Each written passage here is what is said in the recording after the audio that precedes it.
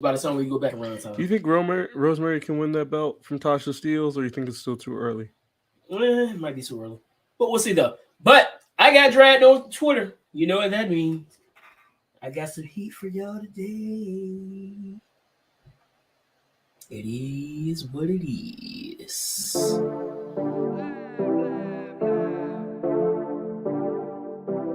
Did he really have to lie? I No, get. I mean, Craig didn't either, but you know. For the record, I'm done trying to make y'all comfortable. Oh my God! For the record, you ain't trying to grow, then it's done for you. For the record, lab on me, all the way. I could have caught that. Ain't trying to leave. For the record, for the record, Because we've seen what Adesanya can for the do. record. Oh, we see what our lasagna's done. Did you call him Adesanya? Been a little too nice to y'all. Now I gotta up price for y'all. Snake eyes on dice for y'all. Shoulders on ice for y'all. Frozen. A6 all the hate. I won't get involved today. Islam? Yeah. I'm flipping the Islam, Don't hurt yourself over there. This is Chisel Adonis, local Negro. Right, okay. Local esophagus shuts it down for everyone. There's something in the water. Yeah, it's a Hellcat. Because we don't care. No, I'm not speaking We French. do not care. We do not care. And now no, I'm not speaking French. We really don't care. We've been through a lot. All right. So And we Isaac don't do care. not care. Tax, that's a joke. Tell him laugh. Uncle Sam, got the bag. Brody plot, will get a whack. Contract, give me the max. I got lab on my back. You ain't.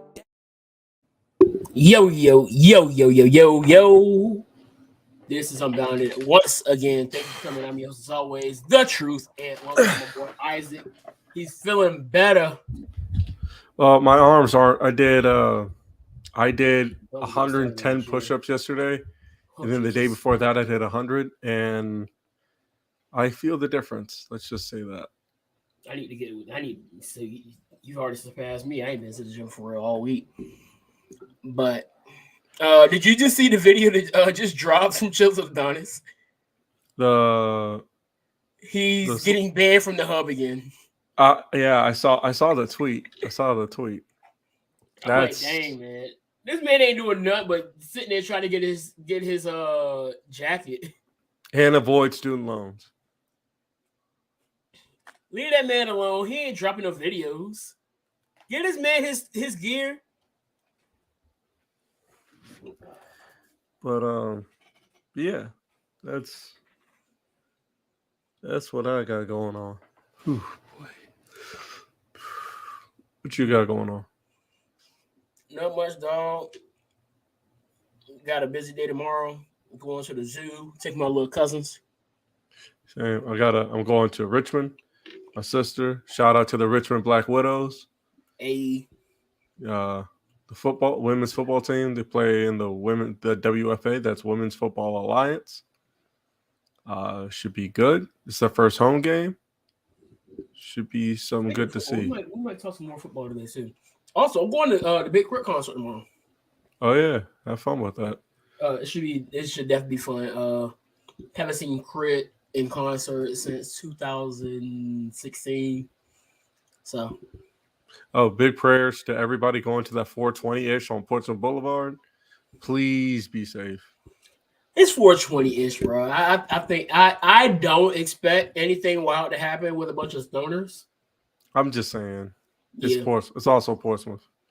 I know, because I'm in a group with a bunch of Portsmouth people. You know, it's that demographic.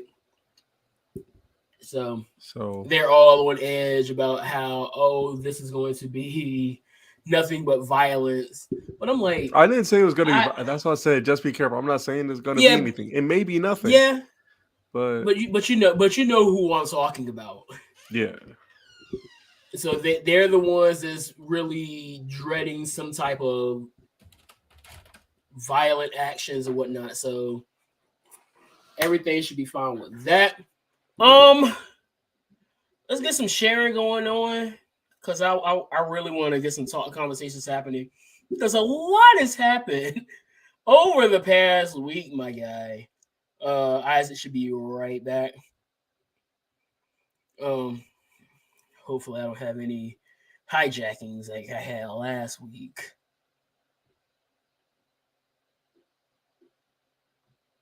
My little cousin, y'all. My little cousin singing in the town. Good. Yeah, we're good. All right. Also, before we go any further, shout out to my parents. Yes. Shout out to my parents for this year. They're going to be celebrating 30 years of marriage. That's dope. Yeah. Yeah. And they're going to renew their vows, and they want me to be in it. They want me to be my dad's best man. Hey. So, big ups to my mom and dad. Love you both. Even if you are a Commanders fan and a Niners fan, respectively. Ew and ew. Respectfully. Yeah, respectfully. I love you. Oh gosh, Commanders. I'm not gonna be able to get used to that. Hey, it's what it is. It's what it is. Well, can we talk about how pretty sure he's going to lose his team, right? He's got to. At this point. He's got to. At this point, because at this point, yeah, he's got to, bro.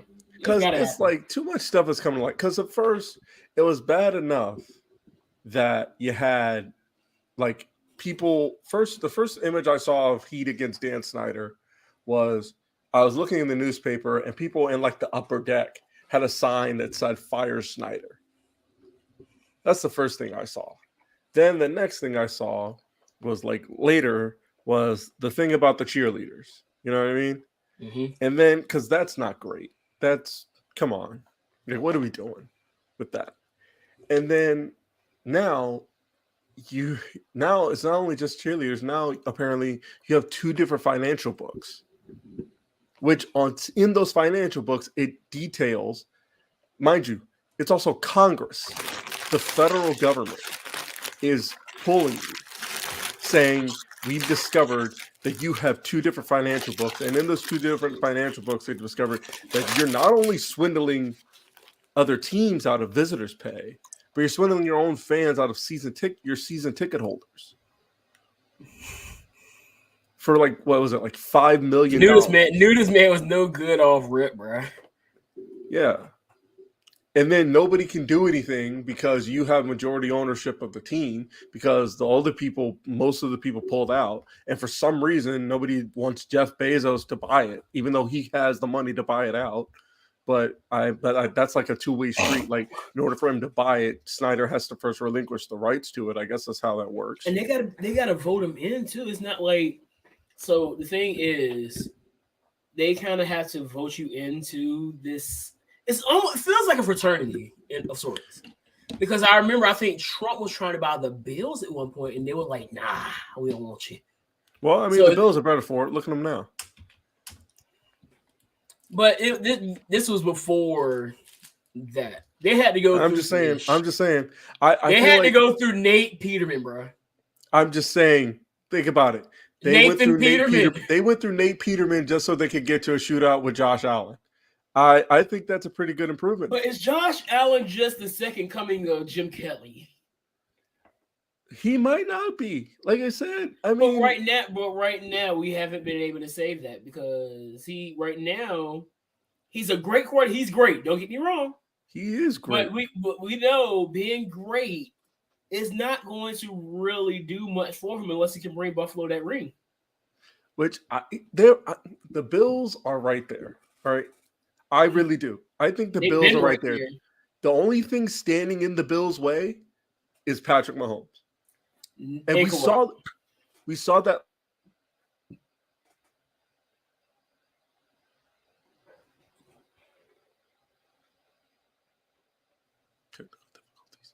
The only thing standing in the way of Josh Allen as of last season is the Chiefs.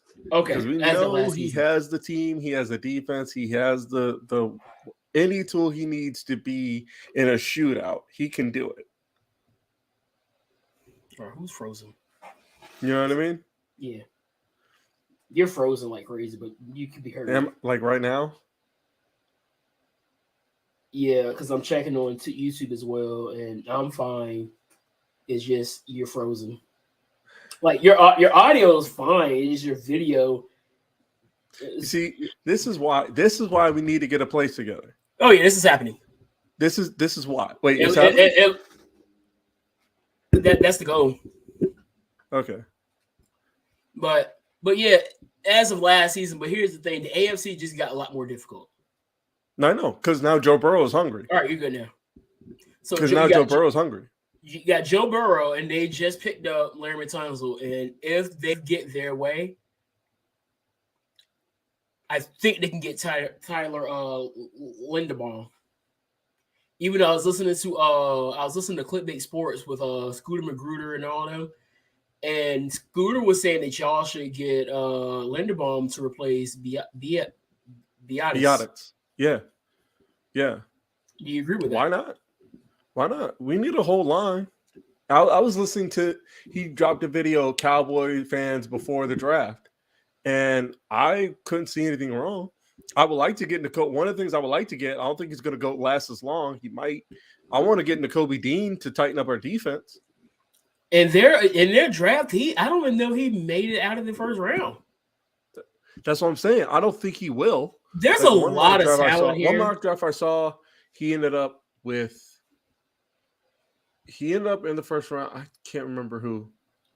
Because I know Kyrie Elam is in here. It is a projected first rounder. Oh, what's the name? Pickett didn't go in the top 5. Kenny Pickett didn't go in the top 5. Pickett, I think the two top quarterbacks in this draft, I want to say is Pickett? Kenny Pickett from Pitt, and Malik Wilkins from Liberty. There. He's probably going to go first. Wilkins is probably going to go first.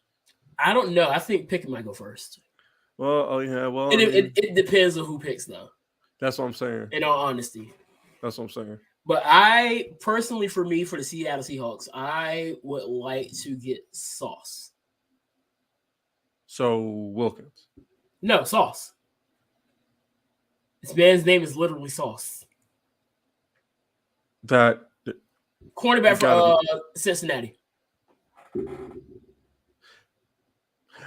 Oh, I think I know what you're talking about. I think I remember watching Sauce Gardner. Isn't he the corner, right? Yeah, it's two corners. I know it's two corners that are supposedly in draft class for this from Cincy. You got Sauce Gardner, and then you have Kobe Bryant. But I don't think Kobe's going to go until late. He might be a day 3 guy. Is he a senior? Is he, or he just Kobe Bryant? I want to say was a senior.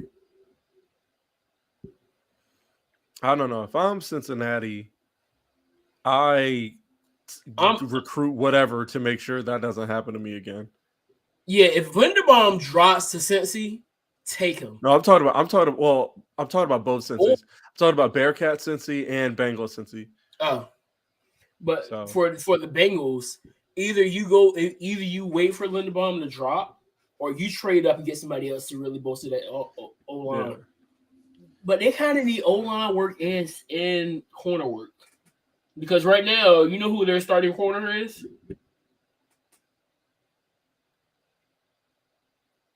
Think about it. Oh, is it? It's not normal. Apple. Yeah. Yeah, I don't. Yeah, that's not so. You need. Yeah, you're gonna need something. Eli Apple can't do that on his own. I think they still have a good shot at going back, but like I said before, the AFC is not really a gimme because you got the entire AFC West. Yes. You have the Bills, the Patriots. Let's not support the Patriots. No, because we know Belichick. You got the Bengals.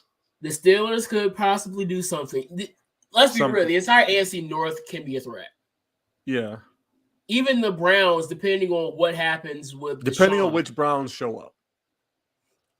Depending on what happens to Deshaun Watson. Now, my guess is he's going to get at least 4 games. At least. If he gets the minimum of 4 games, they're a threat. Because they could split those two. This is why we need to be. You see, people, we've been talking about it for months that we need to get a place together. And if we did, this wouldn't happen. This is what canceled out a all WrestleMania summer stream. 22. Huh? All summer 22. Yeah, this is what canceled our WrestleMania stream. What? What happened? I was scrolling through Facebook, and one of my friends was like, "I need to actually date a gay man." So all the men you've been dating, have they not been gay? Is that a guy or a girl? It's a guy. It's one of my brothers.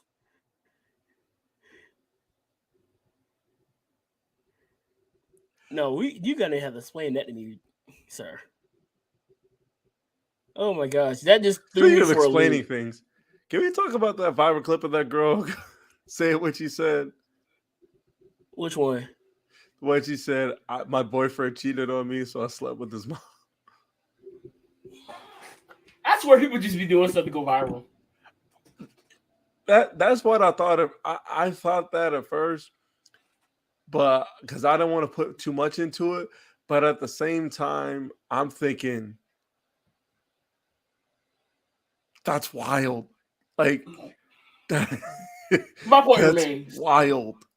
My point remains. Like I didn't know how much to put into it, but I just knew that's probably the wildest thing I've ever heard. It's not the wildest thing I've ever heard, but it's wild. It's up there. It's up there. It's up there. You know, like that was wild. Yeah, people just do stuff and just say things just to for the purpose of shock value. Yeah, shock value can really. I'm gonna hold off on the Charisse talk. Let's Speaking of shock value, AEW and New Japan are having a show together. Yeah, I saw, and actually, how's that that's for kind of where I was transition? Well, I was gonna get into the the thing we do every week that we started every week, and then we'll get to that. Okay, I got my card. Let's see what you got. All right, let's go. I love these, by the way. Results. Ric Flair and Carlito defeats Gregory Helms and Chavo Guerrero in the lumberjack match. Okay, that's gotta be 2007, 06, 07, around there. Mr. Kennedy defeats CM Punk, Randy Orton, Finlay, Matt Hardy, King Booker, Jeff Hardy, and Edge. In what? I'm not telling you all that. Wait, is this WrestleMania? It might be. But you got to tell me which WrestleMania. The Great Khali defeat is WrestleMania. The Great Khali defeats Kane. That's 23, isn't it? Yes. Yeah, because I was trying to think, because Edge and because the next match was Chris Benoit defeat MVP. Undertaker beats Batista for the World Heavyweight Championship. Yeah, because the ECW originals. The next night, Edge took out Kennedy and stole the briefcase from him. Kennedy got injured. Yeah, and Edge got the briefcase somehow. Right. ECW originals defeated the New Breed. Lashley defeats Umaga this night, which led to Vince McMahon being his hair being cut by our former sitting in the White House guy. Melina defeated Ashley. Wow, I did not remember that match. And then John Cena defeated Shawn Michaels. And there's quite a few people on this card that are no longer with us. And then John Cena defeated Shawn, and then they proceeded to, I think the next week in the UK, they had an hour-long main event. That was awesome. Weren't they still tag champions at this time? They were. I think the week before, they lost the titles to the Spirit Squad or to somebody, or either vacated them. But I do not within 2 weeks after WrestleMania. There was not a tag team title defense on this card either. Really, the only tag match that was up here was the Originals versus the New Breed. Never mind. Flair, Carlito versus Helms and Chavo. Didn't they win the titles or whatever? Who? Was that them winning the titles? This was just a regular. Looks like a regular lumberjack match. So they had 2 lumberjack matches on this card. So you had the lumberjack match between those two, and then Melina and Ashley were in a lumberjill match. Yeah. Interesting. I should go back and watch that card just for. I do know. I rewatched. Wasn't that when I went back and rewatched all my favorite Taker matches, and Undertaker Batista was one of them. That is one of my favorite matches. I think this was at the point where Undertaker was really putting on the bangers. He was he was. Sean had been putting on bangers for years, save for 2006, where he was teaming with Hunter and DX. But like 05 and 07 was like solid Sean matches. His match at Survivor Series, I forget. I want to say it was 04. That was a great moment as well, even though he ended up in the losing end of it at the end. Oh, and the where Stone Cold was officially done as GM. That was 03. Okay. That was 03. It was him and Bischoff. You know what? I do remember this feud with it was his 5 versus Bischoff's 5. And Sean was like killing everybody. Yeah. I do remember this feud now with Redacted and MVP, because after that it got to a point where Redacted.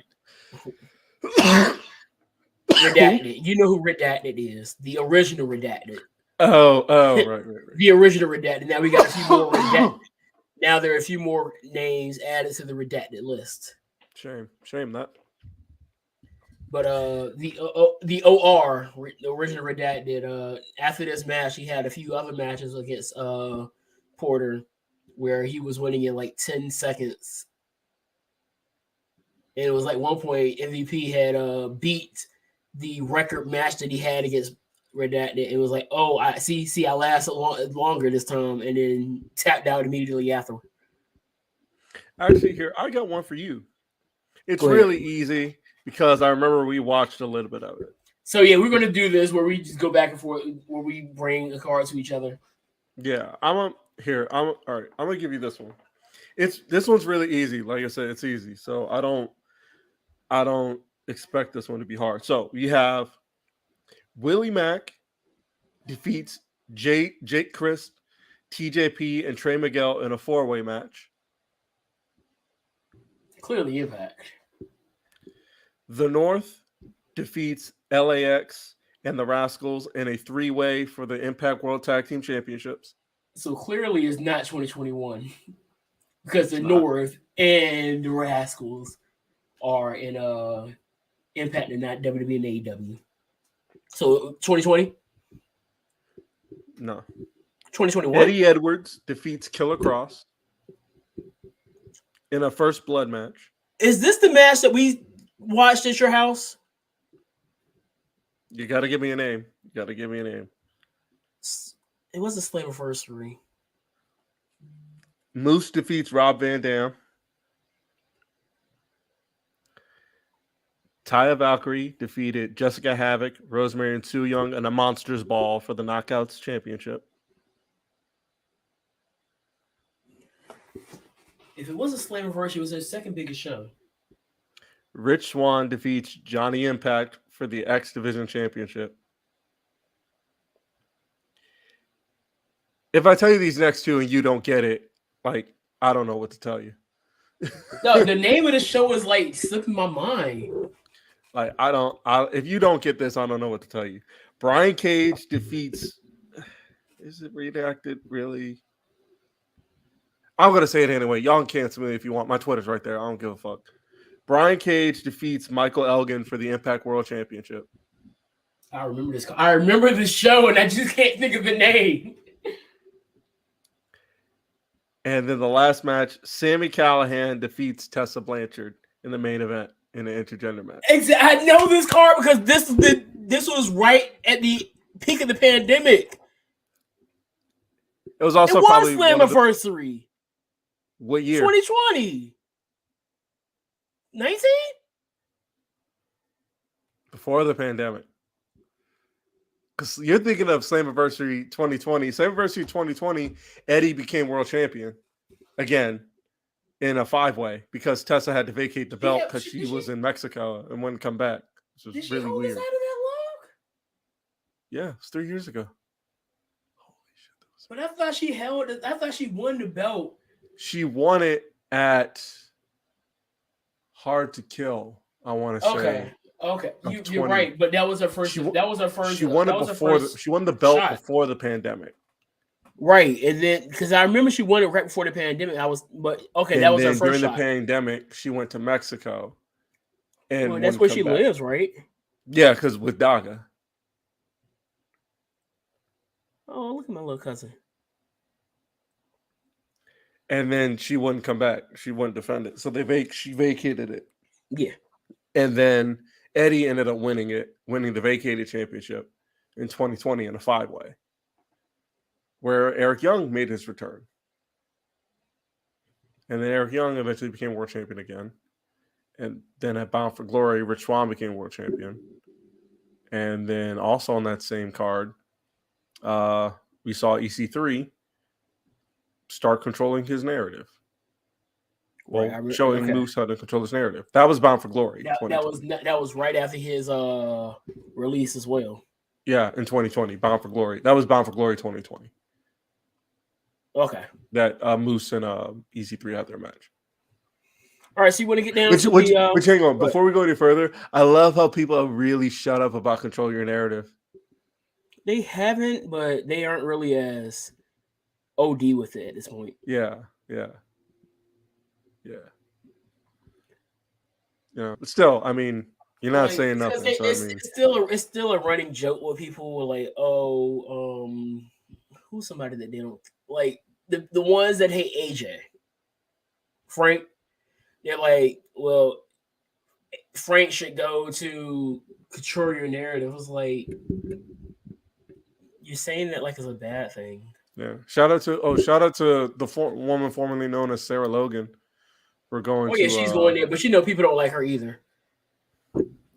I keep telling you, these weirdos on this app, as soon as they think they see somebody that could possibly be a conservative thinking person, they just automatically think they're this, that, and the third. And it's like, how about you actually go talk to a conservative and see what they actually think instead of assuming what you hear on the media. Speaking of also controlling narrative, shout out to Killer Cross and Scarlett for getting married. Congratulations. I did not know that was her name.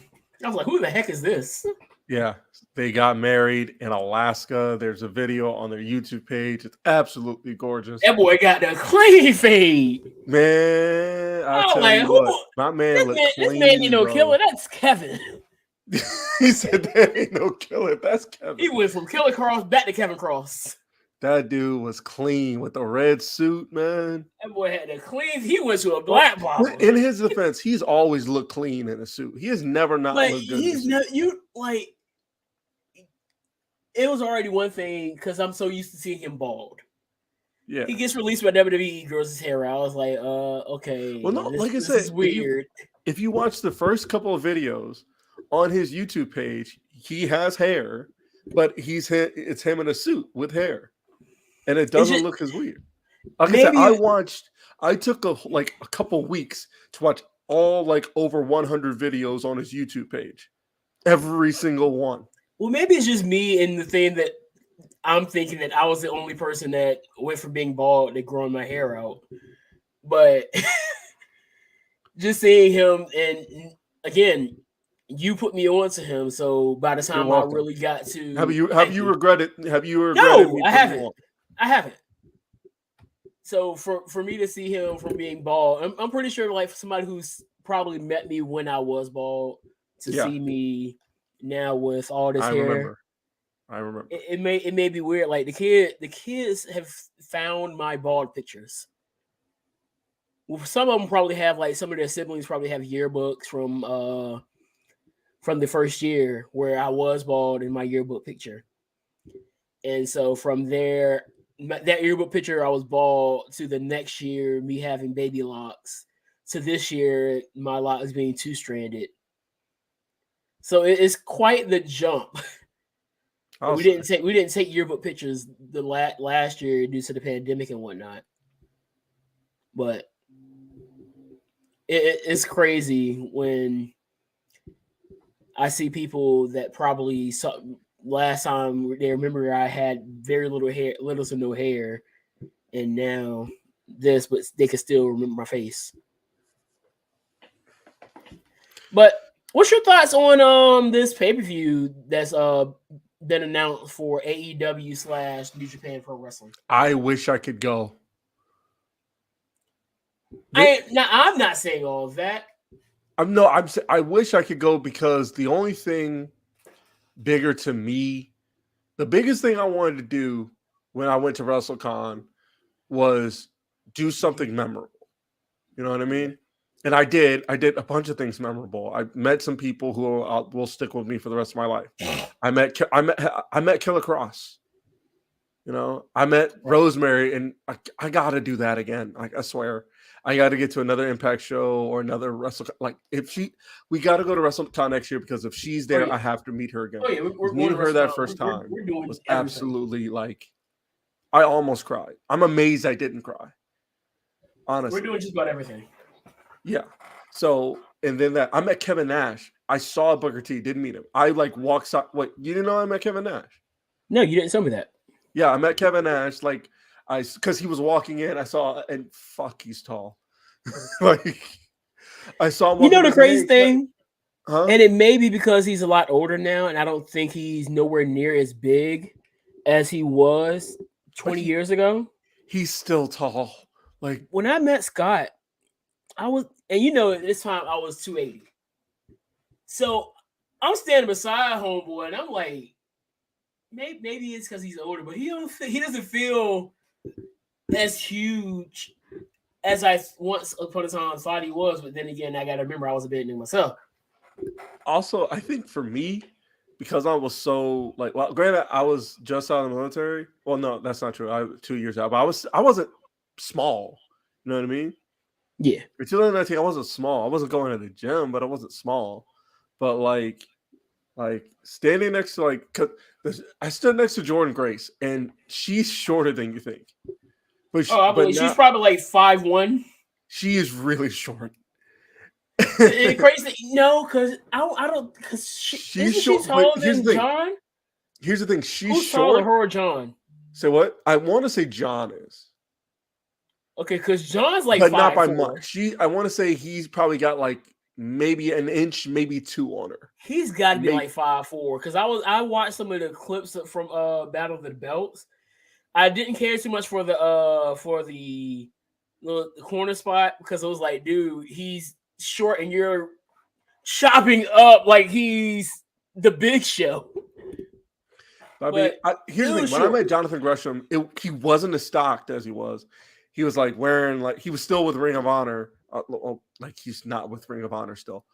But he was sitting down. When I got that picture with him that I deleted for some stupid reason, he was sitting down when I met Jonathan Gresham. Yeah. You know? So anyway, yeah, but I say all that to say what?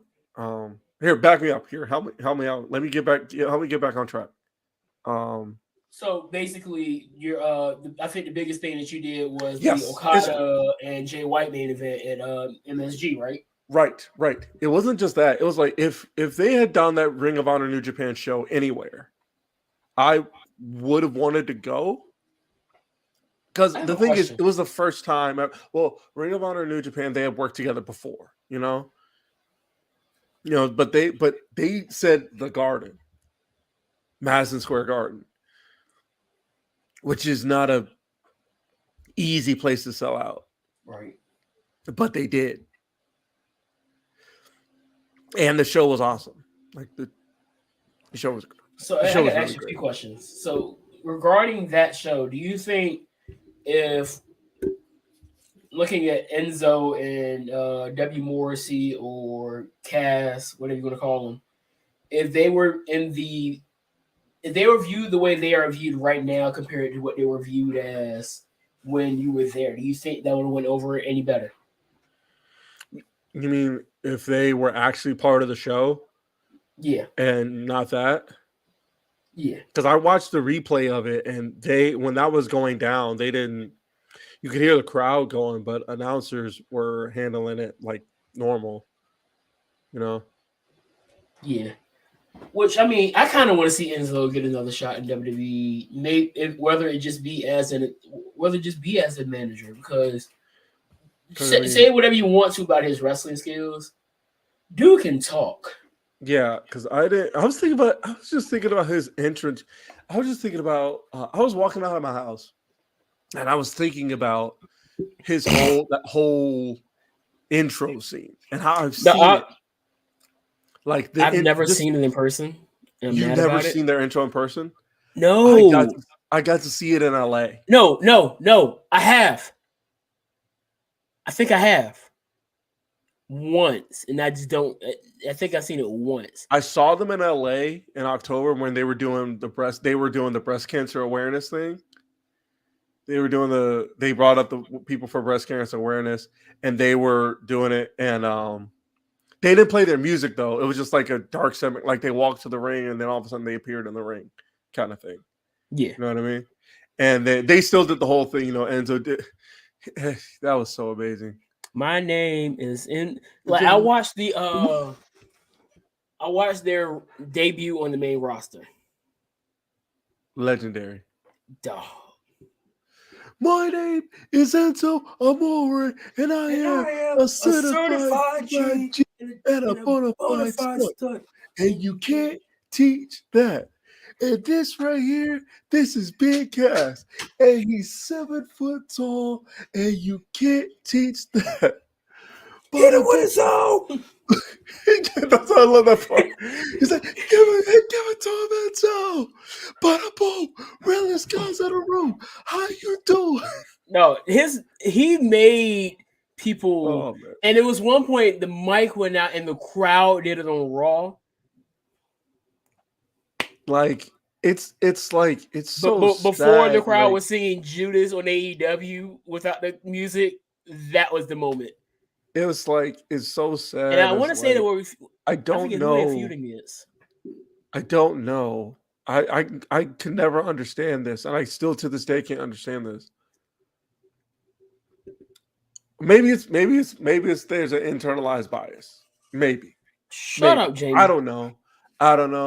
But it's one of those things where it's like I could never understand why Crime Time could never win the titles. That was one of the things that's always going to be an issue that unfortunately we'll never get the opportunity. We'll never get that answer. It always bugged me. I remember seeing them with the titles when they were feuding with Legacy. It'd have been dope, bro. It would have been. Like I feel like because at the time not that they weren't untouchable, but a good title match. Where if you could take it back off of them, like, I don't know, at the next pay-per-view, but like a good 15 minute, didn't even have to be a banger, but a good 10-15 minute, like, match between Crime Time and Legacy for the belts, where the Crime Time goes over and they just lose them in the next pay-per-view, would have been great to me. I wanted before Shaz's untimely death, I kind of wanted a Legacy run. Because at that point, you remember JTG was bulking up and JTG was in the best shape of his life. Oh, you just wanted them to do what the Dudleys did, like come back one more time for whatever. Yeah, because at that point, I was watching JTG. I was like, dog, this is what we need. And don't get me wrong, I would still be cool with JTG coming back with the Legacy run.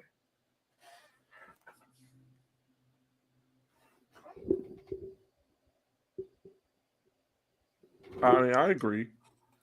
Jamie's dropping the card for me, so we'll get to that later. Oh, the UFC card. Yeah. So one of the things, there was a few things that I was noticing. Some of the takes of people saying that, oh, this isn't really going to draw a number, is not going to increase the base. But my thing is, at this point, what is? You mean the AEW base or right? But that's a wrestling issue altogether. Here's the thing. I talked to a guy who this week he said, because he listened to our episode about Ring of Honor and AEW, like Tony Khan buying Ring of Honor. He said he wasn't a fan of it. Now, mind you, he said he was a NWA, world class kind of guy. Okay. Where he remembers the OGs. Yeah, he remembers that. That was his style. He wasn't a fan of the WWF style. He's a WCW guy, which I can understand, but he said his thing was he wanted to see Ring of Honor keep its form. And I was trying to tell him, and I could see where he was coming from, but I was trying to reassure him. It was like, dude, you got a guy who, like you said, I told him what you call Tony Khan. He's a fan with money. He's a wrestling fan with money. So what? I still stand by that. No, because you're right. That's what he is. But at the same time, I think he's Dixie Carter, and Dixie Carter was a fan. Right. And I think he has the wherewithal to know that because you're a fan of a certain person or just a certain genre in general, you shouldn't like put them at the top of your being. You know what I mean? Like she was such a fan. She brought in Hogan, and Hogan ran it into the dirt. And it's still alive. Yes, Impact is still alive. I'm good. And that's the thing.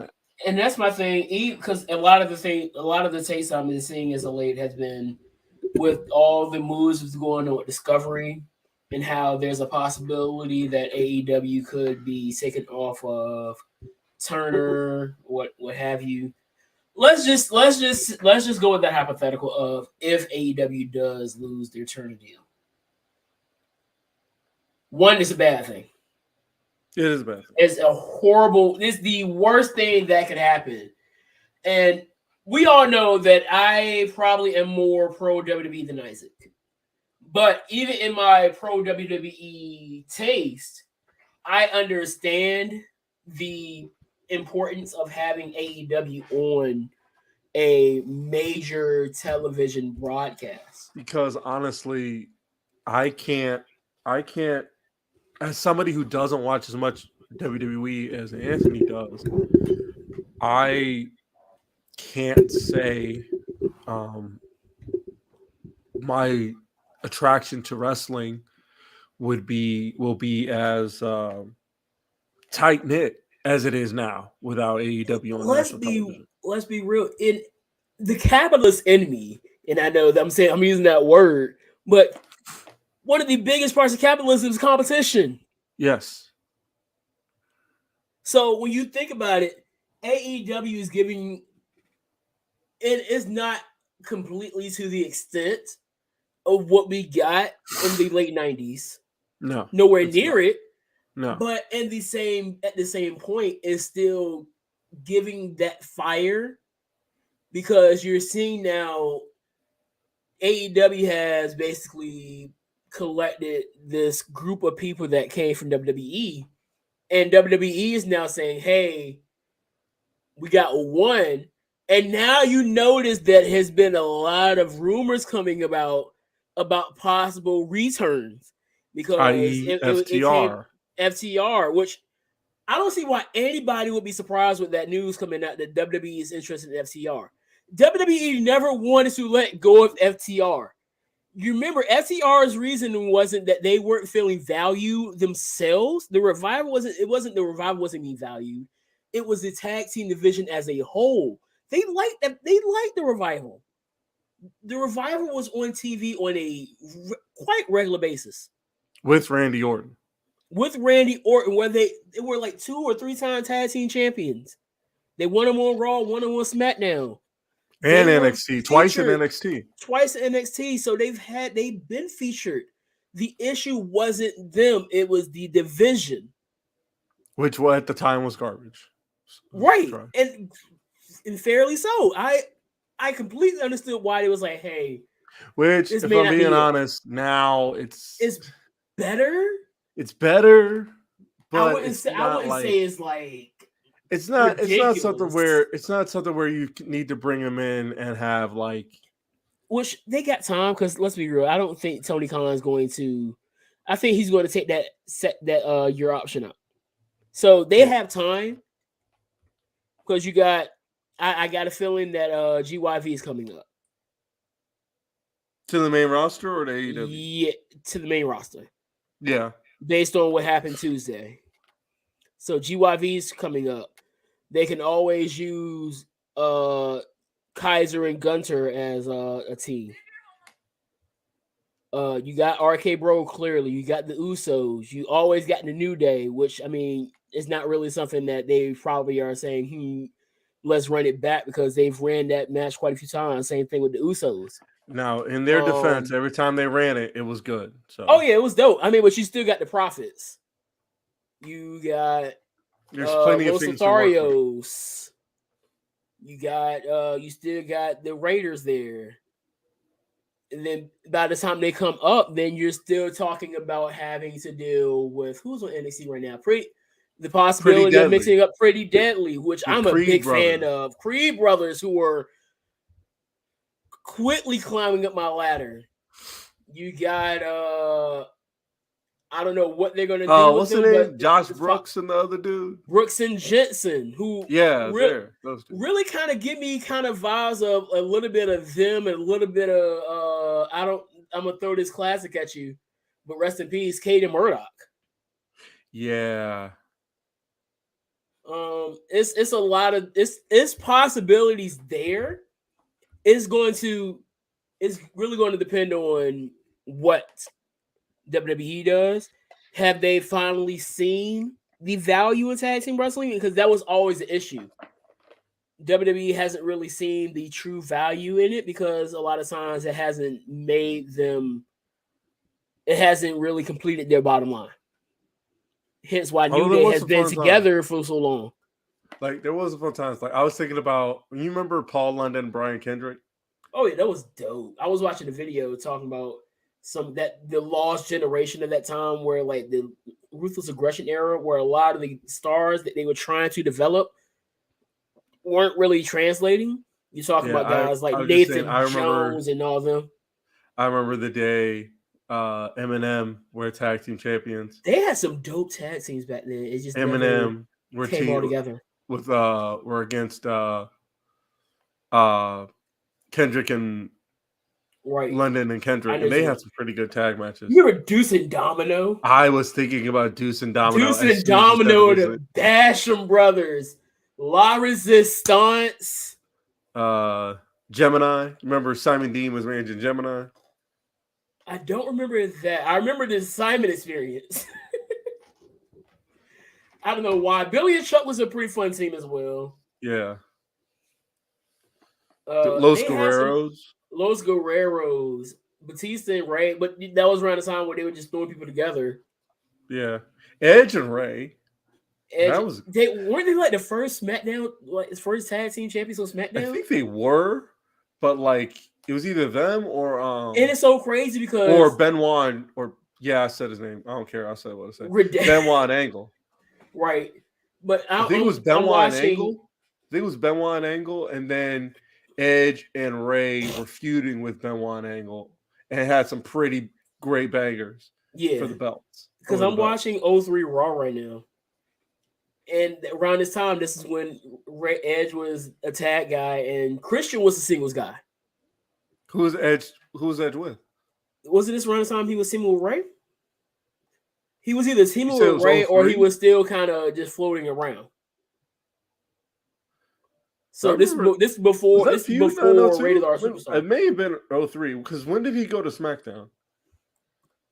I want to say he was on SmackDown like right when the split happened, right? He was an original split SmackDown happened guy. in 02. I want to say Edge was a. Hold on, let me see. Now I gotta pull up that 02. Was it 02 brand split? Edge, Rey Mysterio, tag team champions. All right, so Edge and Rey Mysterio won the tag team titles in a 2 out of 3 falls match in November 5th, 2002. So it was around that time. because I'm in like post-Mania stuff. So, but then you got to remember, Christian was supposedly the new People's Champ at this time. Yeah, was he like the People's IC champ or whatever? He wasn't even a world champion. He was Intercontinental champ, but he was running single stuff, and he was kind of being featured heavily in some of the stuff like that. Even going into like 04, 05, he was still really heavily featured within like the top of the card. Edge hadn't really got there yet. I don't think it was till almost around the time that Christian left that Edge became that guy. Yeah, 05, around there. So what would have been because Christian left, and then Edge won the Money in the Bank. He won Money in the Bank in 05. So here's a good hypothetical question that I'm probably going to post on TikTok. What would happen if Christian never left WWE? Do you think that we would have got the rated R superstar if Christian were not to have left and went Impact? I definitely see them feuding over the belt. That would have been interesting. Because I think Christian would have gotten elevated. I think Christian would have gotten elevated because they put the IC belt on him so many times. I think eventually he would have gotten elevated. And for the longest, it did seem like for the longest time they viewed Christian as the bigger star. Right. If you were looking from that point of view in that time period. He would have gotten elevated. Christian would have. And then eventually, as like Edge probably would have been seen as like the former partner of the world champion kind of look, you know what I mean? Yeah. And they would have feuded over that, which not sure which way that's going to go. I mean, I would have been in for the ride. Right. But I'll tell you, you know what ride I am enjoying, though?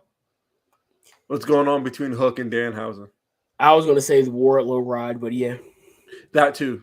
That is clearly my favorite feud on AEW. Wardlow is... Yeah. Yo, did you see how he jumped at that dude after his match and he fell? That was great. No, I didn't really care that much. Wardlow is that guy, bro. Yeah. Wardlow is going to be a force. Yeah. Also, I didn't really care that much for the rest of the show, but that was Najee Harris for loving that. Why they cut Naj's mic off, bro? Huh? That man got the mic and it was like, no, we're not about to have LaMelo Ball on our show. This man tweeted that was fun AF. That's what he tweeted after that. I believe it. Yeah. I don't care how much more pro WWE I am. I will always die on the hill that AEW's crowd atmosphere is takeover-esque. Every show is important. Basis. I love the idea that everywhere you go, people want to see what you're giving. You know what I mean? I can definitely respect that. Like that's one of the things I like about it because I haven't watched it in a minute, but what I've seen is like some of the stuff that's on like SmackDown or Raw. Like I'm not I'll be here for a match. But the whole show's like, I don't like. I'm pretty sure. Like I did see that one clip, and it didn't seem pretty entertaining.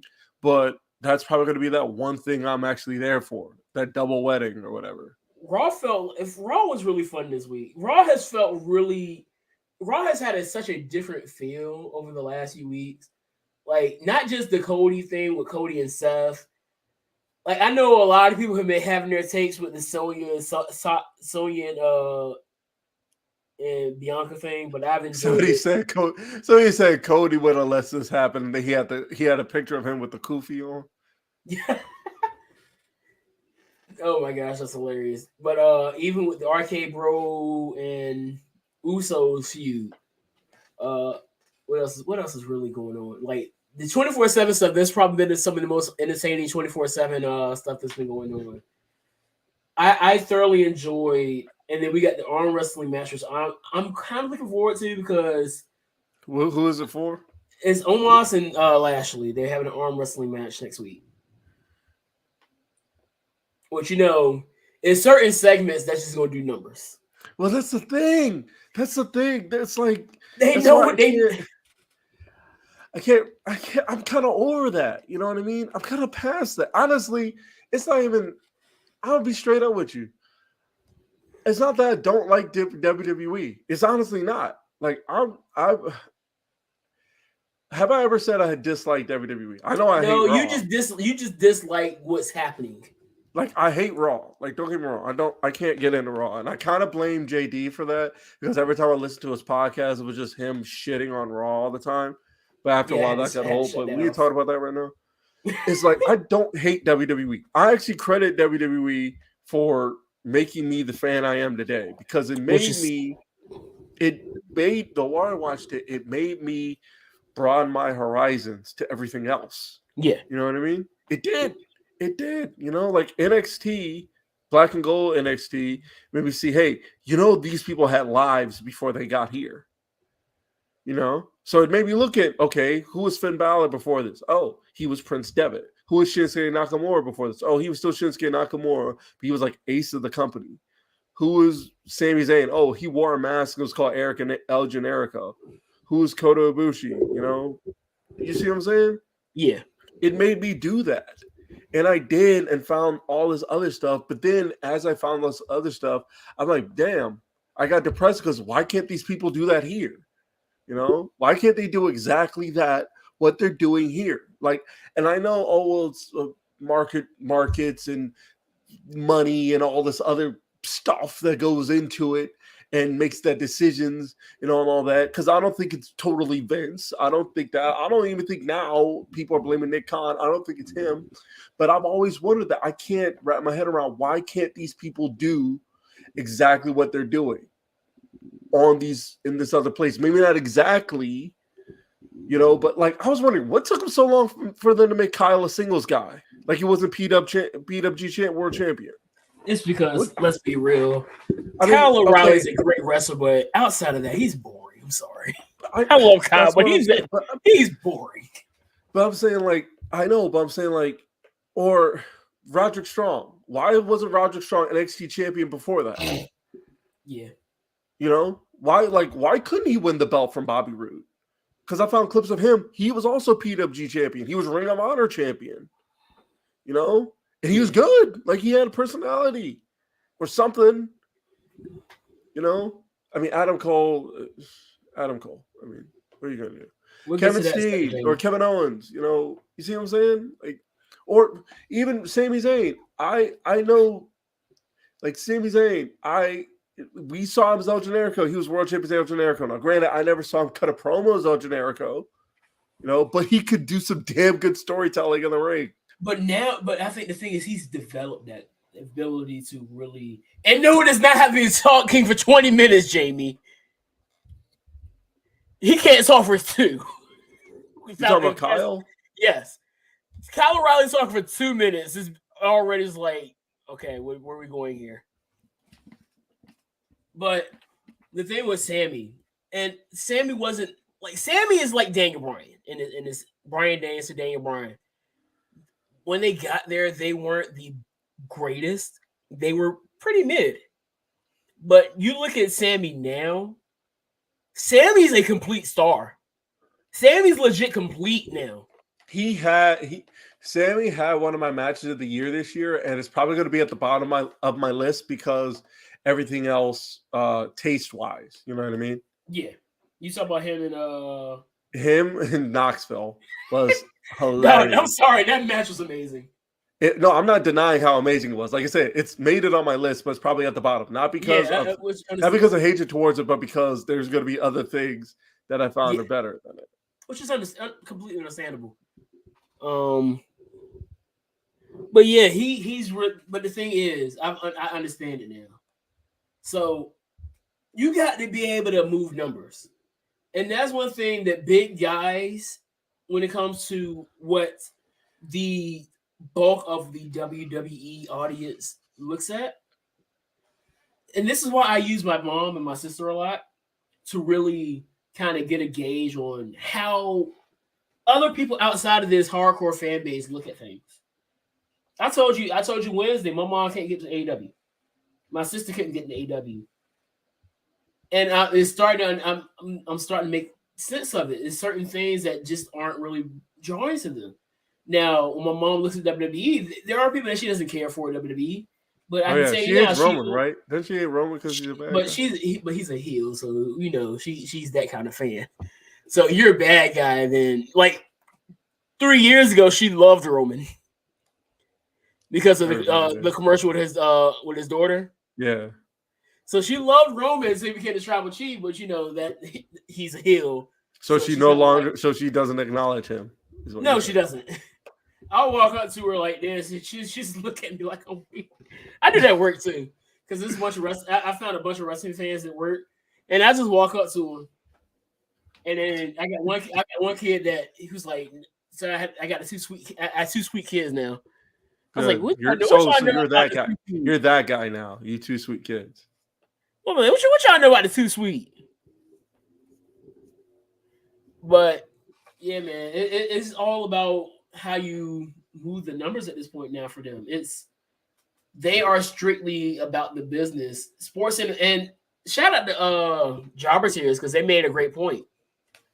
The sports entertainment tag, yes, it was a financial move, but at the same time, you can see how being more sports entertainment like has really created probably a bigger base because just wrestling isn't really going to being a complete wrestling show hasn't really been able to just like pull numbers.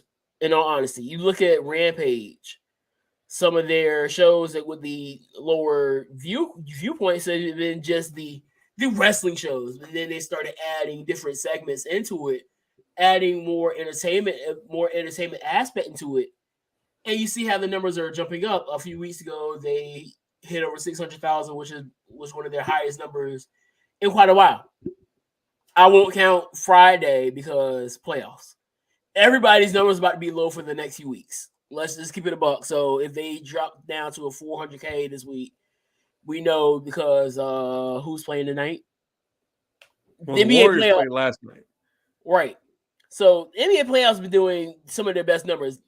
Today we got Heat, Hawks, Bulls, Bucks. So they're going to be going against the Bulls, Bucks game and the Suns, Pelicans game. They're not going to do They're not going to do great numbers this week. So I'm not bothering any wrestling company. These next few weeks shouldn't be really nobody should be taking it hard that their numbers weren't that great. I know Raw got like a 1.6, which jumped down from a 1.8 or something like that. So it's anybody that's harping at anybody for the ratings these next few weeks just don't know what's going on. You have any dream matches for that Forbidden show you want to see? Not really. Because I was thinking about the format, and I think the format they might do it. They will probably do like what New Japan and All Japan just did. Yeah. They had two of their top guys. They had Hiroshi Tanahashi and what's that brother's name? I feel so bad because I see his face right now and I know his fucking name. But you already know they probably would get Punk. What is that dude? Oh my gosh! Oh, Kenta Miyahara. Jesus. Oh, that was gonna kill me if I couldn't get his name. Like they had them team up in the main event, take on two guys from All Japan. Now, I'd rather Danielson versus Sabre, but that's yes, I was gonna say that too. Because we had Gresham and Sabre already. That's the one right there. Danhausen, Yano. I don't know if you wanted to put that on a pay-per-view. I'm not saying it's bad, but you want to put that. That's the buy-in. Yeah, you put that on the buy-in. You definitely put FTR on there somewhere. FTR is God still on? God is there, but their faces now since they got exiled by Bullet Club. So I guess the way Jay made it sound on Wednesday, I didn't catch a lot of it, but from the way he made it sound, he's gonna try and he and Bullet Club is gonna try and get like the Bucks and Adam and O'Reilly and Fish to absorb into them. You know what I mean? I don't think it's going to happen. I don't think that's going to happen either. I think they're still trying to slow burn this civil war between the undisputed and the elite. Right.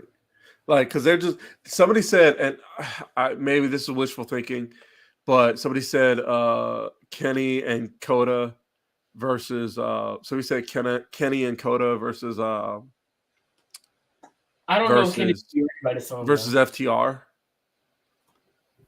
But that's wishful thinking in and of itself. I don't know if that's happening anyway. Moxie Tanahashi is happening anyway. That's happening at Capital Collision May 14th in DC. Eddie Kingston Ishii is happening anyway. Yeah. Shit. I don't know. I haven't been following New Japan lately, so it's not really something that like I can just like come off the top of the head. Well, here's the thing. The thing about New Japan is maybe Ospreay and Phoenix. If you follow the certain people, like I've been doing, because I want to say my attention to New Japan has kind of dissipated over the years. So I know Okada's still world champion. I know they need to change that fucking belt, but they're not going to. I know Okada's world champion. I know the last person he defended the belt against was Zack Sabre Jr. And I know his next challenger is Naito, because Naito's goal is he wants to be world champion by the time he wants to be in the main event of Wrestle Kingdom. You know what I mean? Yeah. By the time he wants to be guaranteed in the main event by being world champion, so he can have the belt and main event in Wrestle Kingdom. So that's they're still using the belt, and I'm trying to think of another design for it, and I can't. Go back to the OG. Yeah, well, that's the thing. That's not even the OG belt. Well, the OG to me. You're thinking of the V4 belt. The V4 belt was what Okada had, which I thought Okada was going to be smart and keep that one. Yeah, but I don't think you should do like a one-on-one match. I don't know what you do here. I don't know. I want to see how they build this around, because let's be real, you already know the amount. You already know that your base is already sold. Yes. So you already have your base already sold. Like guys like how can you? And I don't really want to answer it right now, but I just want to throw this question out there because I kind of want to move on too. I just want to see how they're going to be able to add to that number. Because I can already tell you now, this is probably going to be that show that doesn't have a women's match, unless they can squeeze Stardom and get Stardom involved into it. But as of right now, I don't think that's the case. But we'll see. If you can get, because I would love to see Tony versus Kyrie. If you can get 2 women's matches on there, which I know you can. I would love to see Tony versus Kyrie. Because there's plenty. Because I've had my eye on Stardom. There are plenty of people like Utami Hayashishita. Her and Shuri had like one of my favorite matches last year. So if you get like Shuri or Utami against, I don't know, Britt Baker or Thunder Rosa, you know, or you get Anna Jay versus like Dark Starlight Kid, you know, or AZM versus Ty Conti, you know, or like you said, Tony Storm versus, like I said, Shuri. You know, there's plenty to work with in Stardom. You know what I mean? Yeah. Now I know you also have that. There's something else looming. There's also that DDT partnership, right? That is also there too. So you can get in Maki Ito. You know, you can get in Miyu Yamashita, who's fucking good. You know, you can get in people like that. Yuka Sakazaki, because I know they love her over here. I mean, I love her. Because I know what was it? Emi Sakura was just here on Dark a couple days ago. You know? Yeah. So there's no shortage of you can get women's matches on that card. With New Japan's partnership with Stardom, you can get women's matches on that card. I assure you. You can get women's matches on that card. So that's just me. Probably going to be tag matches like it was in the beginning, because I don't think you want to I don't want to put yourself at risk to have like, champion versus champion. Let's see Thunder Rosa versus Shuri, and they go 30 minutes at a draw because you don't want to lessen the value of either of the belts. Well, I mean, that's how I book it. Because Thunder Rosa just became champion. I think Shuri just became champion because Hayashi Shida was champion before her. So I don't do that. You want to bring in somebody with value, not with value. I don't like saying that. You want to bring in somebody with name value, like Utami Hayashi Shida, because she's not she's not world Stardom champion anymore. You bring her in, have her fight Shida. Have her fight somebody that can go. Yeah. Bring in, like I said, bring in Shuri, your world Stardom champion, in a tag match with somebody. Because I know there are plenty of factions over there in Stardom. So bring one of them over, have like the Thunder Rosa team with somebody that likes her. But speaking of people who like people, when the hell did Red Velvet become a heel? And beside Jay Cargill? I don't know. I was told that I was in the wrong because I don't watch Rampage. Because I was so confused. Because I saw her and Kiera Hogan, which was great to see him. But I was like, wait a minute. I know you're a heel. I know Kiera's a heel. Where did you come from? Kiera's natural as a heel, so that makes sense. She is. Red Velvet just I don't know yet. Like I miss my steroid up girl. Yeah.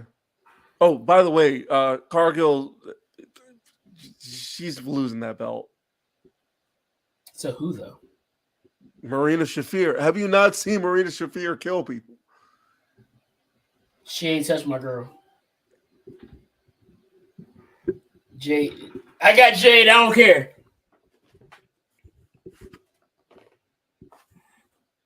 I take mine off because I ain't capping. You're full of capper. Well, I don't know if that technically cap because you're not lying, but I think that's just you're in a world of illusion. Nah. Because Marina Shafir was at Bloodsport, right?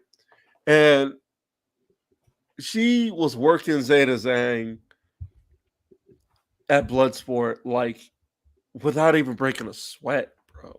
Like I'm still going with my girl Jade. Like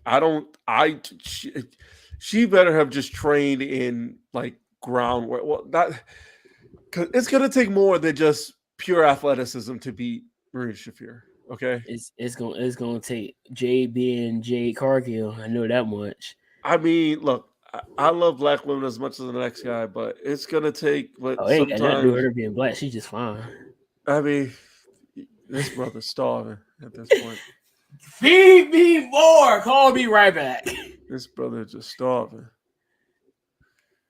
But all right, let's move on. I don't know. I just know Hook and Danhausen. I know I texted this. I think Hook and Danhausen definitely has Orange Cassidy versus Pac vibes to it. And I think it could be that good. I'm not the most intrigued, but I'm not going to hate watch because that's not what I do. Because I've seen Danhausen work. He's got some work to him. He can work. But yeah, he's solid. Yeah, he's a pretty solid worker. He's definitely more of a character than anything, but I'm willing to see it. Yeah. So we'll see. Let's move on to doxing real quick.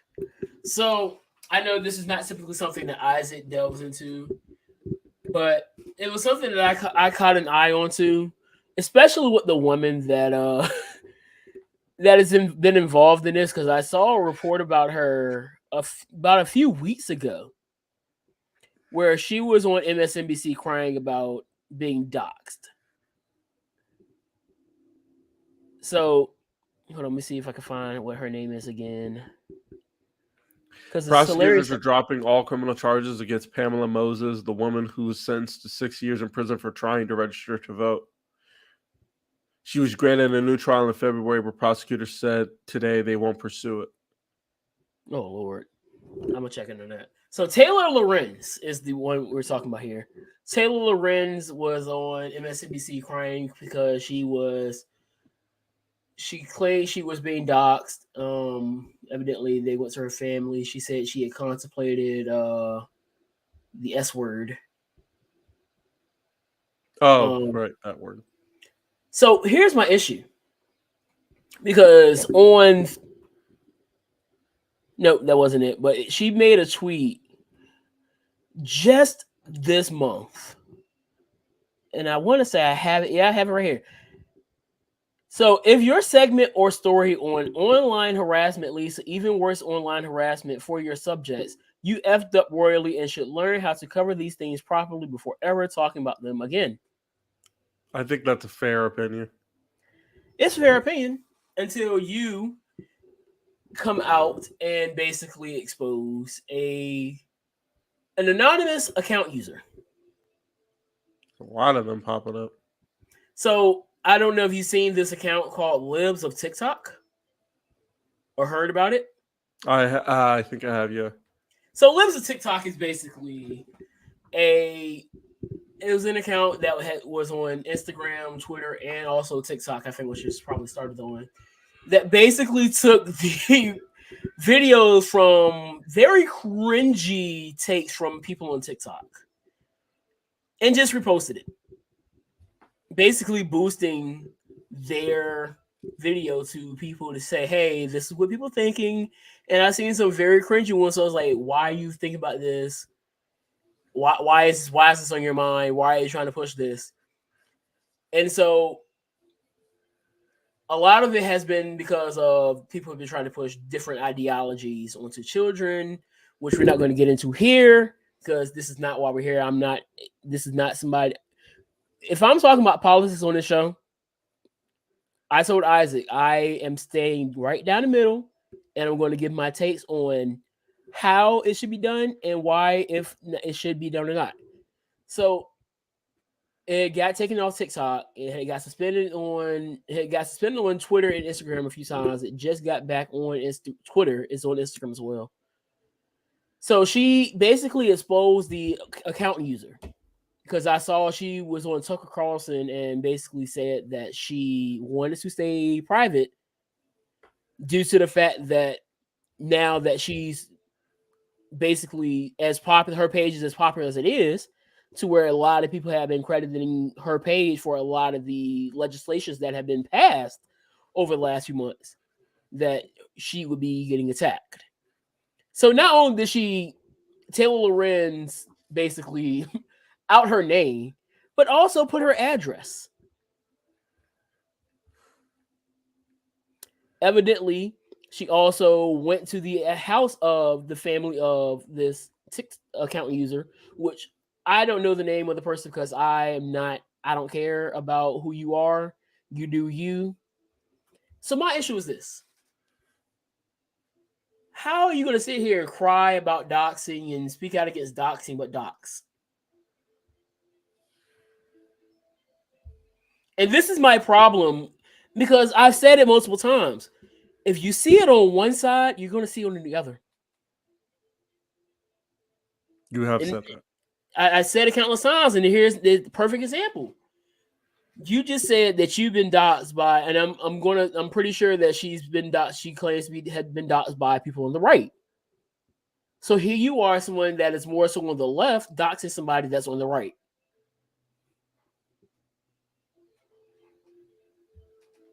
See how it goes in a circle. Yeah. So here's my problem. People are trying to, and I know what it is. It's a hit piece trying to get her account taken down.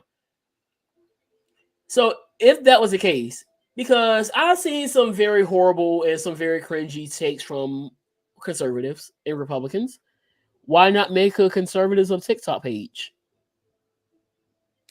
They did, though. Did they not? If they did, they ain't popular. Like I you've could have seen. sworn I've seen it. Let me see if I can find one. There is there are plenty of conservative TikTok pages. Are you kidding me? But like basically using conservative takes and reposting it, like saying, "Hey, this is how the conservatives think." Like, you know what I compare it to? You remember all those Karen pages, basically exposing Karens? Yeah. That's basically what it is. But what this person is there with her, she's using videos that were already posted.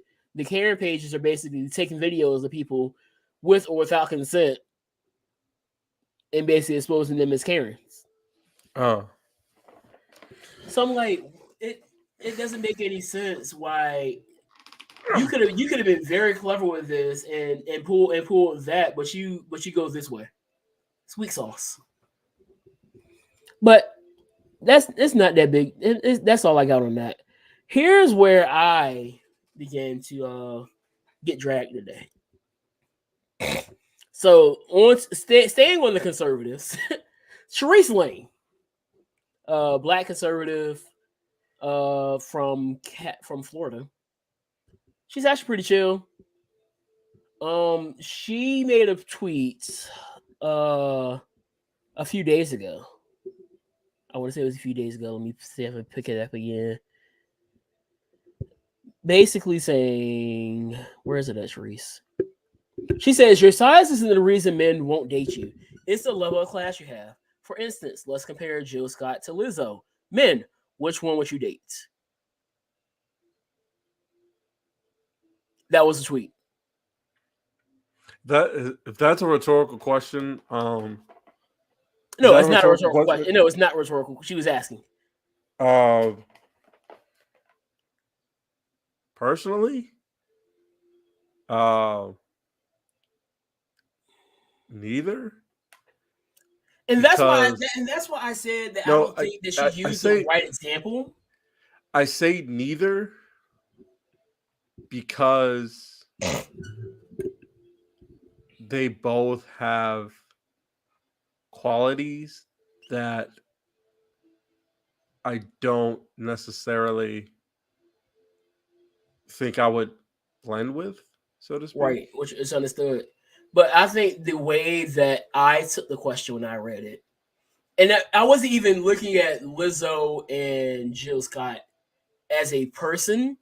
I was looking at the personality.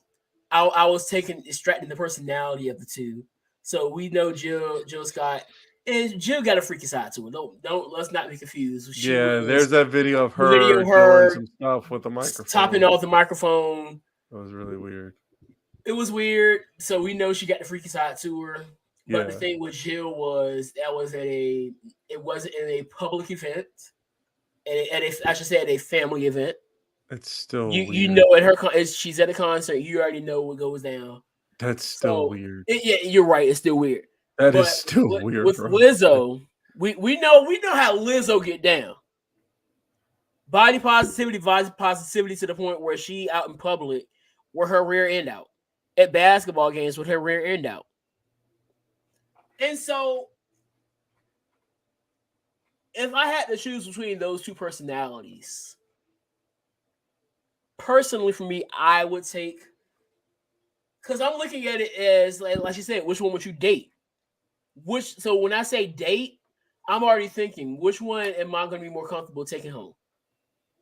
The one that is not going to, that I know she probably got that weird side to her, but that weird side ain't going to come out in public in a family event? Yeah, that. Or the one that's going to walk into my house with her butt cheeks out? Yeah, when you put it that way, you gotta lean towards Jill there. Right. So, like you said, it's kind of hard not to, because if that video of Lizzo didn't step out, well, both of those videos are controversial. Well, you talking about when she's on the plane with her butt out? No, I'm talking about when she's on the basketball court. She's on the parquet. Well, she did it twice at least. Okay, so there's that. And then you got Jill Scott doing the thing with the microphone. Now, those are weird. They're both strange in their own way. Yeah. Nothing wrong with them. They're both just strange. Again, nothing wrong with either of them. Just not for me. They're just strange. However, I have public anxiety in a way that I don't like people when I'm in public. I don't like attention being drawn to me if I'm not the one doing something. You know what I mean? Like if I'm not the one standing on a soapbox talking about, how great Okada and Omega was and why it's the greatest thing ever. If I'm not standing on a soapbox doing that in public, I don't want you looking at me. Right. You know what I mean? I don't. Like I had an instance a couple weeks ago where actually it was last week where I was in a restaurant and at my table there's a baby crying. You know what I mean? Yeah. And I had to remove myself because I'm looking around and people are looking at me like, yo, what's wrong with them? Like, why don't they, silence the baby or whatever? Why don't they do something about the baby crying? And I just walked out because I'm like, yo, I don't like this. I don't like this feeling of attention from people I don't know being attracted to me, looking at me like there's something wrong with me. Right. You know what I mean? Over something I have no control over. Well, I could have had control over, but my way of handling it probably would have made it worse because it would have ended with me telling the baby to shut the fuck up. Yeah, you did the right thing then. Yeah. Walking out was the best thing you could possibly done. But I'm saying, so unless I want that situation, which I don't like that situation, I didn't like that situation. That's the kind of situation I would feel more at risk with Lizzo at. Because I know Jill Scott's not going to walk down the street with a microphone, just topping off a microphone while we're walking down the street. Is she? Okay, I'm not going to put that past her. But I just know, like you said, if I brought her in here with my mom and dad, they're that ain't going over well. No, it's not. I know your parents. You exactly, know my mom. and I know your mom. Like that wouldn't go over well with her because we're basically cut. Here's the thing: people don't forget. Well Here's the thing: people don't know about me and Anthony. We're basically cut from the same cloth. Yeah, literally. So my thing is, when I say, and I know I expect this from people when I say this, like I refuse to date somebody that I don't feel comfortable bringing to my mom because they do certain things. They probably walk around in that type of gear. And then I already know what's going to happen. You can't force me to wear what you want. You can't force me to change how I'm like, cool. I just won't date you. Here's the thing. This is also why for the longest time I had a negative affinity towards for a while. Yeah. Towards, this is gonna sound bad. For a while, I thought that's because I had a negative affinity towards black women. Because I thought for a while, like that's all because I kept encountering the same type of black woman. You know what I mean? This is gonna sound bad. This is gonna sound very bad. And I'm gonna clean it up. I'll clean it up. Yeah, okay. There was they had the city girl type. You know what I mean? Right. Which again, there is nothing wrong with that. But that's not the kind of girl I want to date. And there's nothing wrong with that. And then the thing is, that's all I would encounter when it comes to black women. For a while, that's all I would encounter. It was that type of lifestyle. I'm like, I don't want that. I want the the type like, who's gonna vibe, so to speak. You know what I mean?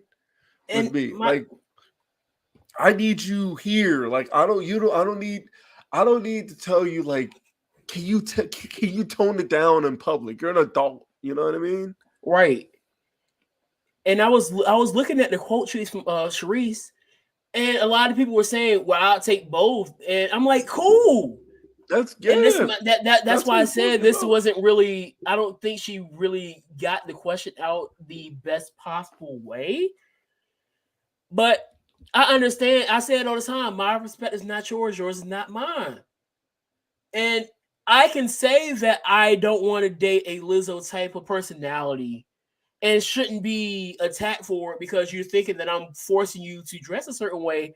When I want to say no, you dress a certain way, you dress any way you want to. I just go about my business. It ain't that deep. So I saw all the ones that were dogging her for. I was like, no, you can have your own way of going about it. And I don't even think she was. Looking at the tweet again, I don't see it as her dogging either one of these women. I don't think that was the goal in the first place. But that we are in this such, and we say it all the time, this society is so sensitive that anything that would look like a slight criticism is automatically looked at as you were trashing said person. You can't even put a slight criticism to something without it being you attacking them. Which leads me to the biggest issue that I had with this whole thing. So Charisse is doing her thing. She's still commenting on it. And then she posts a picture of somebody in her DMs telling her to off herself. And this is where I go. This is where my light goes like, no. Because at that point, you go from opinions to straight up cyberbullying. And one thing I don't do, and I know you don't do it either, I don't do bullying. And so the moment I saw that she had people telling her to basically end her life, I was like, nah, I'm not about to sit here. Wait. Over the Lizzo, over the tweet.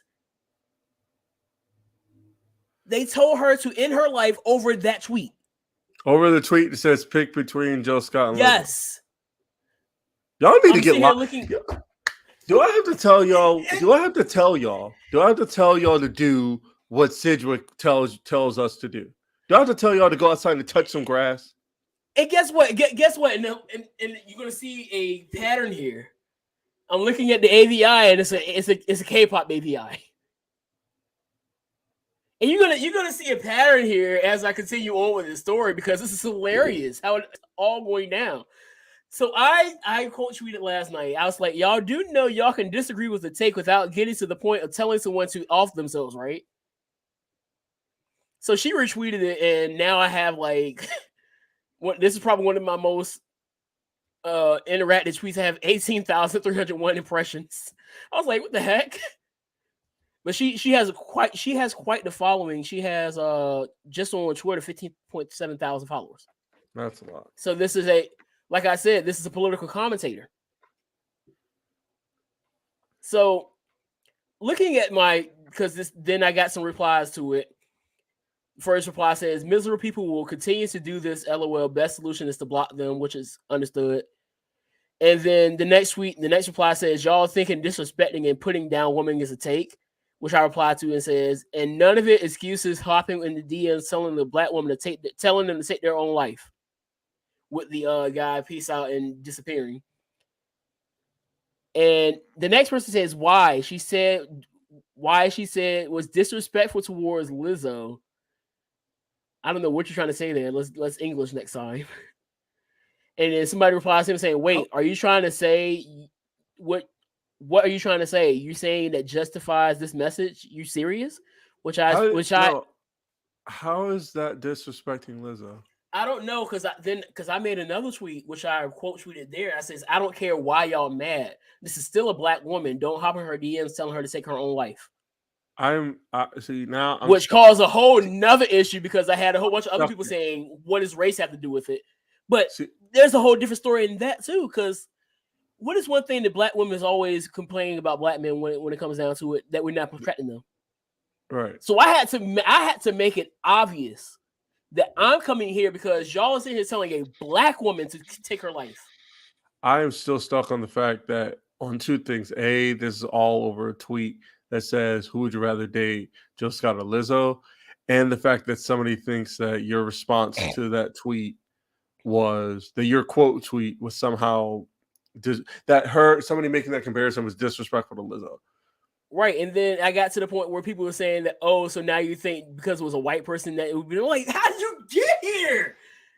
What is Twitter do? Do people just jump to conclusions on Twitter just to jump to conclusions? Y'all need to touch some grass. That's all I'm saying. All of y'all, and then I get to this point now is as F Trump supporters always, we don't discriminate, but you're discriminating.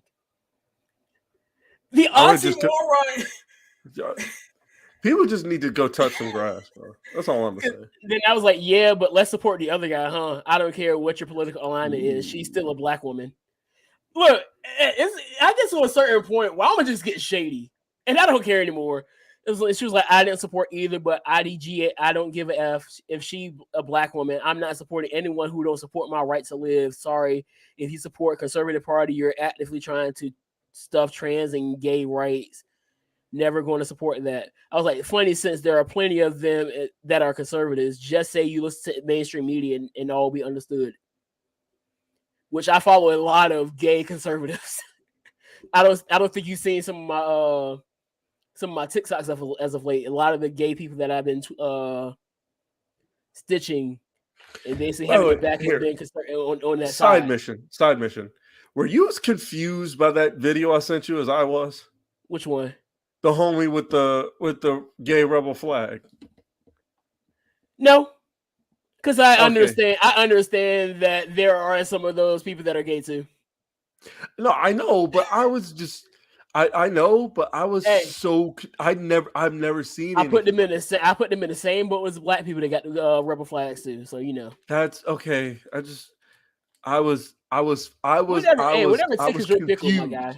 I thought it was in some kind of genjutsu when I first saw that. And here's a second person that actually put this out here. So I was like, and she was like, I said, funny, since there are plenty of them that are conservatives, just say you listen to mainstream media, all would be understood. And then this person replies saying, and not a single one of them coons will get my support. Glad we had this talk. So I already knew what was up as soon as this individual said coons. You say coons, I'm already throwing you in a bucket. So then I was like, I'm sure that is making them so upset in my sarcasm. Like, she needs to end it if she's that upset, release her pain. And then I said, and what exactly? Because I knew exactly what this person was trying to say. I said, and what exactly? And then they smile, and I was like, yeah, you're sick and you need help. And then replies with, this you as a picture of raccoon. And here's where things go crazy for me. I say nope and post a picture of me in a suit. You look great in that suit, by the way. Oh, I mean, I know, but I got 7 quote tweets. Well, 6 if you don't count me. One is a video of Eustace telling some monster how to spell ugly. You. Another person trying to say I got a strong chin. Thank you. I'll knock you out with it too. Somebody else. They're basically all these people are trying to call me ugly. And you know what the funny thing is? What's that? I was trying to find a picture of any of these people who were calling me ugly. Ooh, can I guess what happened? I searched all over.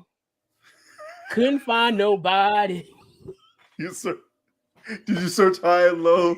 I searched. You still couldn't find nobody. Not a single picture. To show me how ugly you are. You couldn't find nobody. So funny how everybody got something to say. You said until you can't show your own face. Like, he pulled out the Rashad Mitchell. This dude pulled out the Rashad Mitchell. He searched. Like, I know I'm ugly, and I'm proud of it. I'm SpongeBob on the top of the roof. I'm SpongeBob on top of the roof with this. I know I'm ugly, and I'm proud about it. But guess what? You ain't gonna shut me up. You're not gonna shut me up. I don't care. Charisse could have been Sunny Holston, and I would have done the same thing. And Sunny Holston may be one of the people I care the least about when it comes to political commentators. Between Sunny Holston, Joy Reid, I think, Joy Reid, people like that. You go in their DMs and do the same thing. I don't care how much I don't care for their takes. You are not going to sit here and now watch you try to tell this woman, black, white, purple, gold, I don't care, and tell her to end her life. I spent most of my adolescence being bullied. Same. I was cyberbullied. I don't play that, bro. And I'm happy that she's in a good state of mind where somebody telling her to offer herself on social media is going to give her the idea to go ahead and do that. Because then if she were to have done that, the same people that was telling her to do that would have been the same ones trying to preach and virtue signal on the internet saying, oh, we shouldn't be cyberbullying. Stupid, you were the one doing it.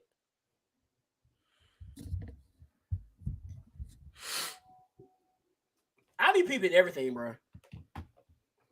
I can't rock with these virtue signalers because I see how y'all be doing.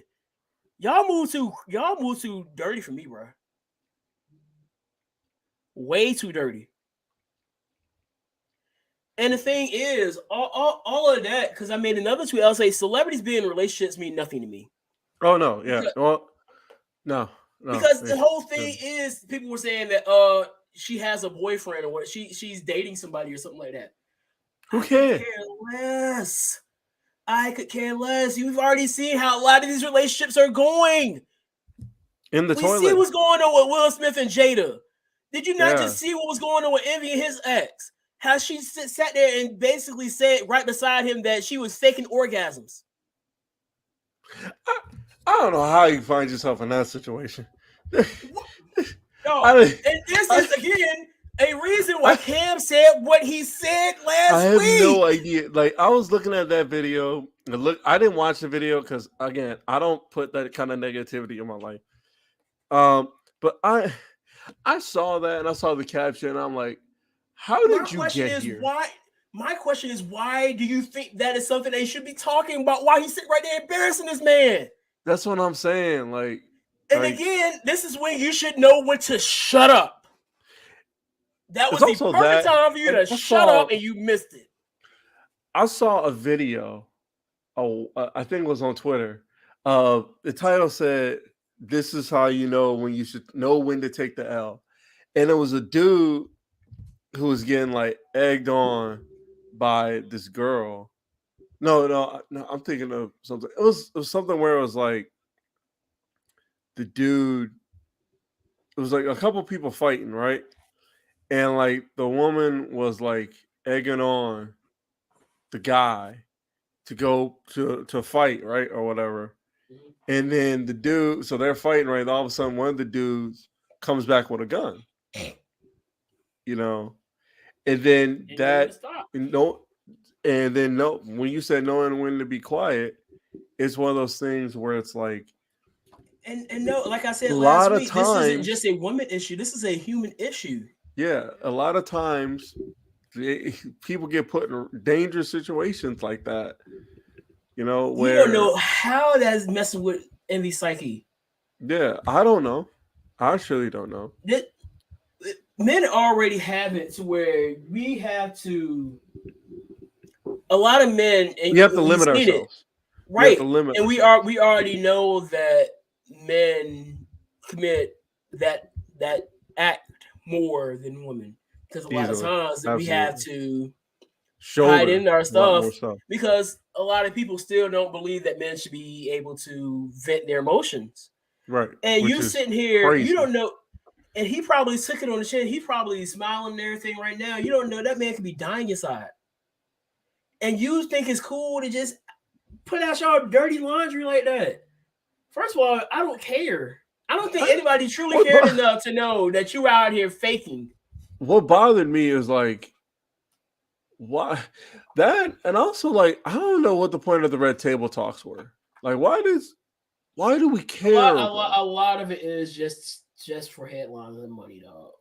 But I mean, like, but I was saying in DJ Envy's case, I'm like, yo, why do you? Is this something? Because they're not even together. That's his ex, right? You said that's his ex. So why did he feel? Why did he feel the need to be there for that? That don't make sense to me. That's what's kind of blowing my mind. That's why I have sympathy, but I don't have. I have empathy, but I don't have sympathy for that. Because if you, I don't get it, bro. Because if you really wanted me to feel some type of way for you, like I said, I feel empathy because nobody wants to be embarrassed like that. But like, no, you gotta know that was a situation where did you really want to be there for that? You know what I mean? It's the same thing, like or counter. Jason, whatever that fucking dude his name was, who was simping, who was the video that simping dude that he was married or whatever. He was just teaching other women how to. Derek Jackson. Yeah, when he sat up there and had it's his the wife, same energy. It is. It's literally the same thing. He had his wife sitting there next and to he him, got dogged for it. And he was saying all this stuff. He got dogged for it, and rightfully so. Chisel Adonis made a whole video clowning this. I look. I have no issues with the way he got dogged. Same way should be happening to this woman. Same way should be happening to Jada for the things she's done. Yeah, that is not right. That's not cool, regardless of whoever is doing it, bro. It's not. That's my whole thing. A lot of these celebrity relationships are a bunch of toxic foolery. Whether the person is being emotionally abused, physically abused, cheated on. We've seen it all. So I don't understand why it's 2022 when people are still idolizing relationships. Like, as a comic fan, one relationship that a lot of people want to keep saying, I don't see it as much anymore, but I used to see it a lot, was I'm looking for the Joker to my Harley Quinn. I said, you really clearly don't know what the fuck you're talking about, because trust me, you don't want a Joker to your Harley Quinn. Is this the new Bonnie and Clyde? Yeah, you don't want a Bonnie to your Clyde either. Do you know why you don't want a Bonnie to your Clyde? That's why I never understood this stuff. No, do you know why? Do you know why you don't want a Bonnie to your Clyde or Honey or tell Joker him why. to your Harley Quinn? Do you know why? Tell him why. Testify. Well, in case, depending on the universes with Harley Quinn and Joker, but we're not going to talk. Let's focus on Bonnie and Clyde. Do you know what ended up happening to Bonnie and Clyde? They had a good run. Don't get me wrong. They had a good run. Then they died. A good run of success. Do you know how it ended? They both ended up dead, shot up in a car with machine gun fire by the feds. Y'all be saying stuff and don't realize what y'all be saying. I'm just saying that's how it ended. Now, you can keep using that all you want. I'm just saying that's how it ended. Not saying it's going to end up with you shot out in a car. Don't quote tweet me saying that. I'm saying it's not going to end in a way you think it's going to. And who knows? It might. Be careful what you ask for. Yes. You can ask for your Joker, but if your Joker starts treating you like shit and you got to find an Ivy, I hope you find an Ivy. I hope you find your poison ivy. I really do. Seriously. Or you better find a Batman, whichever comes first. Because if you stick with that Joker, you better hope you have the sanity for it.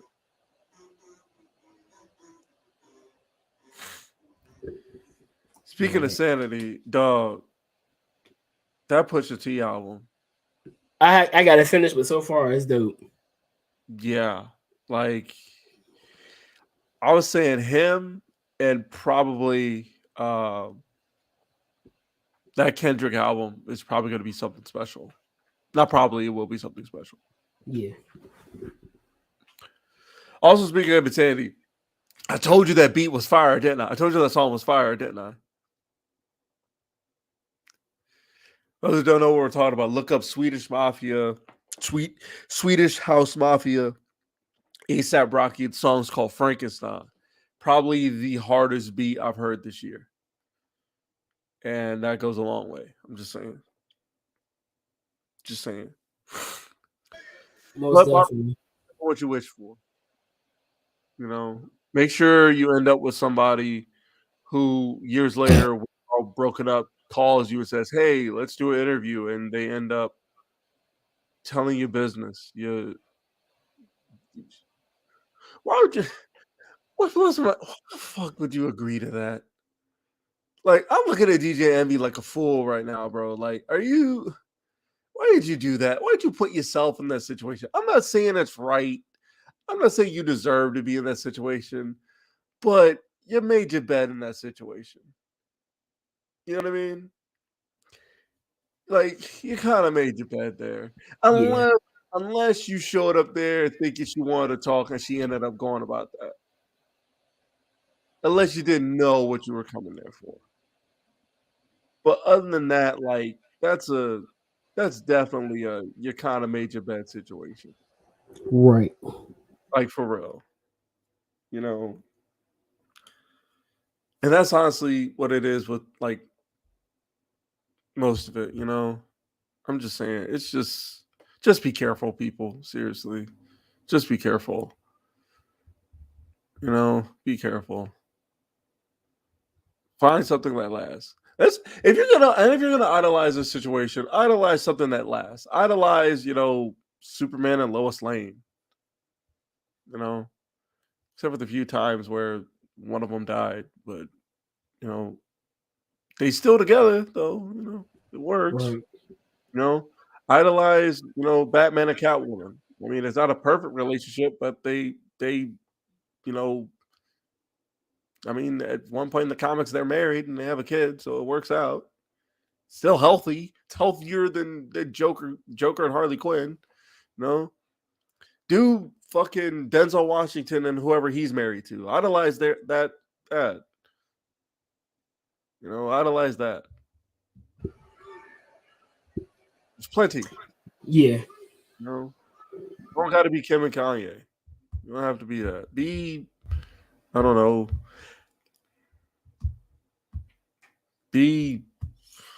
Help me out. You got to help me out here. I'm running out of ideas. I wouldn't say be like anybody. Be yourself.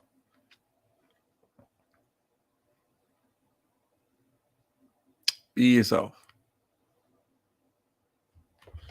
Isn't that what all those like kid commercials used to tell us? Just be yourself. Be yourself. Yeah. How's that song go? Speak over yourself. Encourage yourself. In the Lord. Well, with that being said, we'll get out of here. Peace, love, and pop stars. Always remember, drink water. I'm gonna try to get myself ready for tomorrow. Also, one more thing. If you got it, let me see you raise your hands. And when the devil says no, God says yes. Yeah! No, Peace, peace, love, and pop stars. We out here. He tried, people. He tried. I'll give him credit. Sliding it like a wet flow. Already fried from the get-go. Alligators look like gecko. Everything I do, they echo. Big facts, my bank on